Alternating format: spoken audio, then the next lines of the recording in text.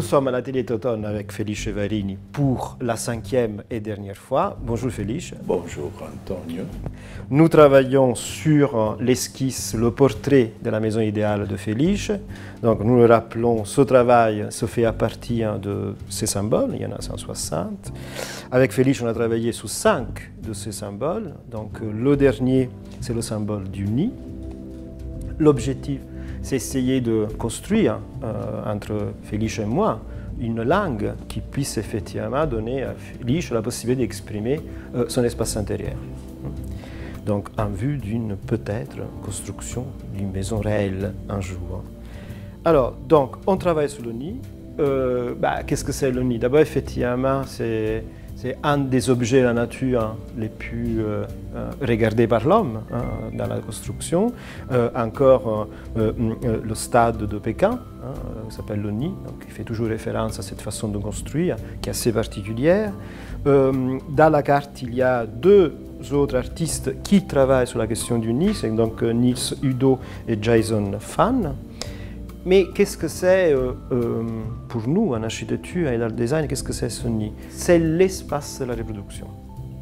C'est un espace dans lequel, à un moment donné, il y a naissance. Et donc, quelque part, on reconstitue, parfois, ou pas, parce qu'on peut aussi ne pas le faire, cet espace qui est un espace dans lequel on a vécu notre enfance. Donc, c'est un espace dans lequel on a ressenti des choses quand on était enfant. Alors, ça peut l'être du côté de l'enfant qui se retrouve dans cet espace, mais aussi du côté du géniteur qui, à un moment donné, fait de cet espace un souvenir d'enfance, mais l'enfance de son fils. Par exemple, tous ces films américains dans lesquels tu rentres chez toi à 40 ans et tu as encore ta chambre telle qu'elle était quand tu as quitté la maison. Donc les parents, ils la gardent parce qu'ils gardent intacte cette idée d'enfance, donc cette idée d'espace particulier. Alors là, pour une fois, je pense que l'idéal et le réel chez toi se touchent parce que tu as un nid, un réel nid que tu m'as montré chez toi. Tu veux me le montrer? Oui, c'est un nid qui est à moi, que je partage avec ma famille d'une certaine manière, mes frères et mes sœurs.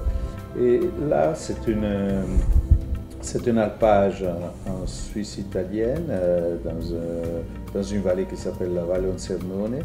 Et ça se trouve dans un alpage qui s'appelle Piei.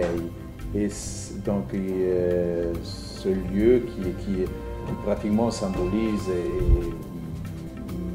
si je dois placer mes racines quelque part, je les place là, est toujours vivant et toujours, on le partage toujours avec mes frères et on le maintient année après année dans un état le plus normal possible, le plus ancestral possible. On monte un week-end, on monte une journée, un après-midi, on coupe, on mange, c'est un lieu de rencontre, c'est un lieu comment on pourrait dire, de retour aux sources, tout en gardant ces sources très vivantes et confrontées aux réalités du quotidien.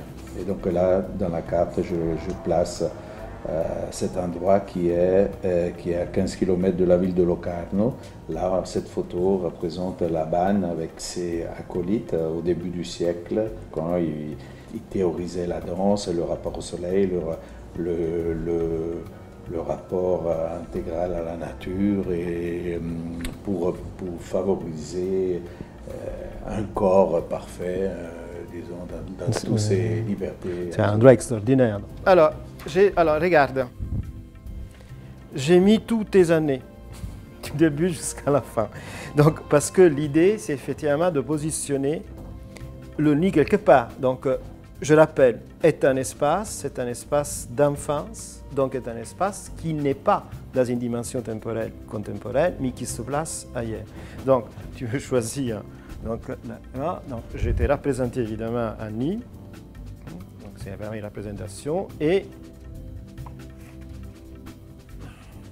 voilà. Et donc, ça, c'est toi.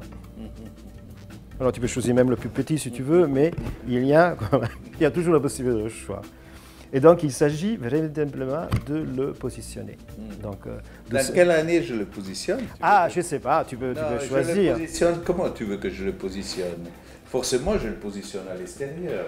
Évidemment. Ça, c'est la naissance, donc je suis dans l'œuf, mais après, je suis dans la vie. Et surtout parce que c'est quelque chose que je pense qu'existait, cet espace que tu as montré, avant ta naissance. Bien sûr, donc ça devait appartenir à tes voilà, parents. Donc effectivement, je me suis posé la question s'il fallait continuer à mettre des dates jusqu'à arriver à tes grands-parents. Mais non, parce que cette construction remonte au XVIe siècle, XVIIe siècle. Oui, donc vraiment, j'aurais dû faire une planche assez grande. Bon, nous terminons avec ce 5e symbole, donc le nid. C'est impossible de faire une synthèse générale sur les 5 éléments. Ce qui est intéressant, c'est qu'on a pu partager ce moment et on a pu partager ces paroles. C'est juste donner des mots à certaines choses que j'espère pourront faire du sens. On peut continuer à travailler évidemment quand tu veux, parce qu'il y a un intérêt à mon avis simplement de donner des mots à des choses, trouver le langage qui va avec. Felice, merci beaucoup. Mais je te remercie d'avoir travaillé avec nous. C'était très intéressant. D'avoir travaillé avec nous. C'est intéressant et inattendu. Mais tu me l'avais dit que ce n'était pas ton monde et je t'invite, je te remercie aussi pour ça, d'être rentré dans le mien. Ça c'est quand même assez sympa de ta part. Merci Felice. Enchanté. Ciao.